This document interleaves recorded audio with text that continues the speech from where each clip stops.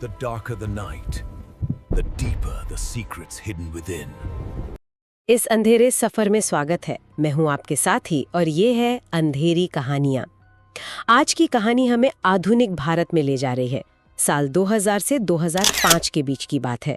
जगह है महाराष्ट्र का सतारा शहर, जहां आसमान से आने वाली कुछ रहस्यमयी आवाजों और रोशनियों ने लोगों में एक डर सा पैदा कर दिया था। कहानी शुरू होती है दिसंबर की एक ठंडी रात से। महाराष्ट्र का सतारा जिला। 2 पुलिस कांस्टेबल थे, अमित पाटिल और राजीव शिंदे। वो दोनों रात की गश्त पर थे। आसपास के खेतों में चोरियां थोड़ी बढ़ गई थीं, तो उन्हें उन सुनसान रास्तों पर निगरानी का काम सौंपा गया था। और तभी अचानक अमित ने जीप को जोर से ब्रेक लगाकर रोक दिया। क्या हुआ? राजीव ने पूछा भी, पर अमित चुप था। उसने बस चुपचाप आसमान की ओर इशारा किया। और जब राजीव ने विंडशील्ड से बाहर देखा तो उसका दिल एक पल के लिए जैसे रुक सा गया हो। आसमान में एक क्रॉस जैसी एक पैटर्न में कुछ लाइटें चमक रही थीं। वो हवा में बिल्कुल एक जगह ठहरी हुई थीं और फिर अचानक पलक झपकते ही बहुत तेजी से आगे बढ़ गईं। अजीब है। अमित ने फौरन जीप को तेजी से उस चीज के पीछे भगाया। हाईवे पर जीप की रफ्तार आप सोचिए 140 किलोमीटर प्रति घंटे तक पहुंच गई। लेकिन वो रोशनी, वो तो मानो उनका मजाक उड़ा रही हो, आगे ही बढ़ती जा रही थी। उन्होंने लगभग 1 घंटे तक उसका पीछा किया। रास्ते में दूसरे ड्राइवर्स से पूछा भी। सबने देखा? हाँ, सबने कहा हाँ। वो क्या था, ये सिर्फ उनका वहम नहीं था। और फिर वो चीज अचानक से गायब हो गई। कुछ दिनों बाद जब एयरफोर्स ने बयान दिया कि उस रात आसमान में उनकी कोई उड़ान नहीं थी, तो सतारा, पुणे और कोल्हापुर के लोगों में एक पुराना डर लौट आया। कुछ लोग उसे सतारा का साया कहते थे। अब कहानी आगे बढ़ती है नागपुर के बाहरी इलाकों की ओर।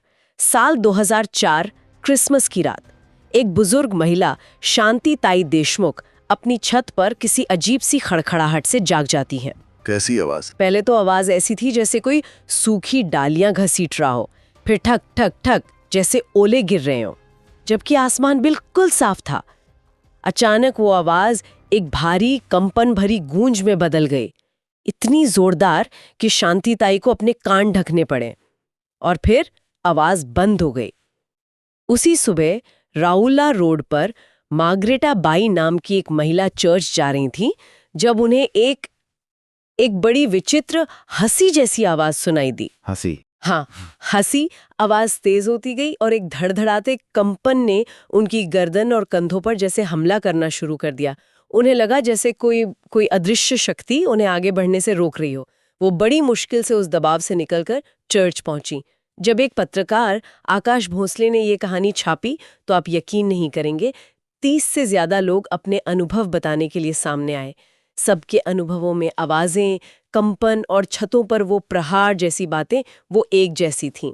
लेकिन सबसे महत्वपूर्ण बयान आया कामटी कैंटोनमेंट के सैनिकों से। उन्होंने बताया कि उसी रात उन्हें लगा जैसे कोई विशाल लोहे की चिमनी उनके बैरक पर गिर रही हो, लेकिन जब वो बाहर आए तो सब कुछ शांत था, कोई टूट-फूट नहीं। डरावना। एक मेजर ने तो गुमनाम रहने की शर्त पर बताया कि एक रात लौटते समय उनकी गाड़ी अचानक बंद हो गई। इंजन, हेडलाइट्स, सब कुछ।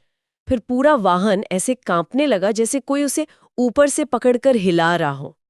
उनकी माथे पर दबाव बढ़ा, एक भारी गूंज सुनाई दी और फिर अचानक सब थम गया। इंजन अपने आप स्टार्ट हो गया। अगले कुछ महीनों में ये घटनाएं और बढ़ने लगीं।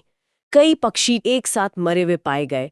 लोग रात में अजीब आवाजों से जैसे लकवाग्रस्त हो जाते और आसमान में जलते हुए गोले दिखाई देना तो आम हो गया था।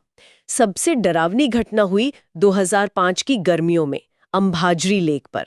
17 लोगों ने एक साथ एक लंबी सिगार जैसी चमकती हुई वस्तु को तेजी से नीचे आते देखा। उसकी गूंज इतनी जबरदस्त थी कि कई लोग डरकर पानी में गिर पड़े। सच में? हाँ। और फिर उसी साल क्रिसमस के बाद सब कुछ अचानक बंद हो गया, जैसे कोई परछाई आई हो, अपना काम निपटाकर चली गई हो। लोगों ने कई बातें की। क्या ये सेना का कोई सोनिक वेपन टेस्ट था, या नागपुर पुणे बेल्ट की वो रहस्यमय ले लाइंस किसी अनजानी शक्ति को खींच रही थी, या फिर कोई ऐसी ताकत थी जिसके बारे में इंसान कुछ नहीं जानता। साल बीत गए, लेकिन उस साए की सच्चाई कभी सामने नहीं आई। अगर आपको लगता है कि कहानी यहाँ खत्म हो गई, तो शायद आप गलत हैं। रातें अभी बाकी हैं और साए अभी भी जिंदा हैं। आप सुन रहे थे अंधेरी कहानियां। क्या कभी ऐसा कुछ महसूस हुआ है? बताइएगा, हम सुन रहे होंगे। आज के लिए बस इतना ही। मिलते Welcome हैं to अगली Andheri कहानी में। Kahaniyan. If you seek the darkness, subscribe and ring the bell for more chilling tales.